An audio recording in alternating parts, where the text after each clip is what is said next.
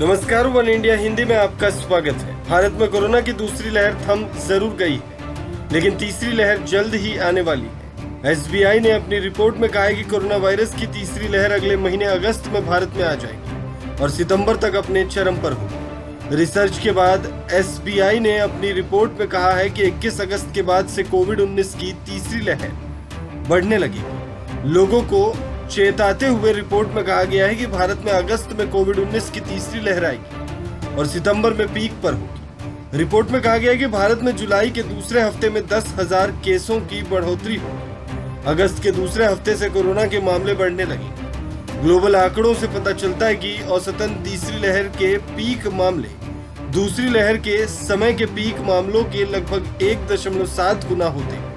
हालांकि पिछले रिकॉर्ड को देखा जाए तो कम से कम एक महीने बाद कोरोना की तीसरी लहर 21 अगस्त से बढ़ने लगेगी। हालांकि रिपोर्ट में कहा गया है कि वैक्सीनेशन अभियान को तेजी से चलाया जा रहा है और इसका फायदा लोगों को मिलेगा, इसलिए तीसरी लहर में मरने वालों की संख्या दूसरी लहर के मुकाबले कम हो सकती है। लाइफ मिंट के मुताबिक एसबीआई की रिसर्च को Covid the race to finishing line का नाम दिया गया।